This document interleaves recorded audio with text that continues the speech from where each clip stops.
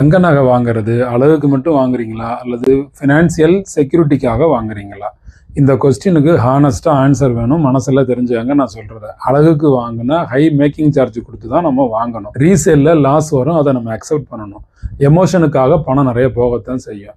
Financial செக்யூரிட்டிக்காக வாங்கினா காயின்ஸோ borrow அல்லது digital கோல்டோ வாங்குவோம், இல்லைனா மினிமல் மேக்கிங் சார்ஜில் நகை வாங்குவோம். ஃபுல் வேல்யூ நமக்கு ரீசேலில் கிடைக்கும். ரியல் வெல்த் கிரியேஷன் இதுதான். ரெண்டுமே சேம் கோல்டு தான், ஆனால் அப்ரோச் தான் வேற வேற. உண்மை என்னன்னா, நாம நகையை வாங்குறோம், நம்ம அது ஸ்கிராச் ஆகுது, வெயிட் குறையுது. காயின்ஸ் வச்சிருந்தோம் அப்படின்னா வேல்யூ மட்டும்தான் கூடும். எமோஷன் இம்பார்ட்டன்ட் தான், ஆனால் எமோஷன் மட்டுமே இன்வெஸ்ட்மெண்டா அப்படியே கிடையாது. ஸ்பெஷலாக நம்ம கல்யாணம் காது ஊத்து இதுக்காக நீங்க நகை வாங்குறீங்க, அது ஓகே தான், அது வாங்கி தான் ஆகணும், டிசைனா வாங்கி தான் ஆகணும், அது வேற வழி இல்லை.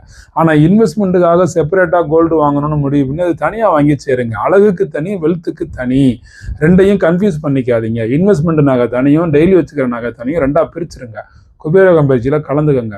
ஜுவல்லரிக்கும் இன்வெஸ்ட்மெண்ட்டுக்கும் என்ன வித்தியாசம் நான் புரிய வைக்கிறேன்.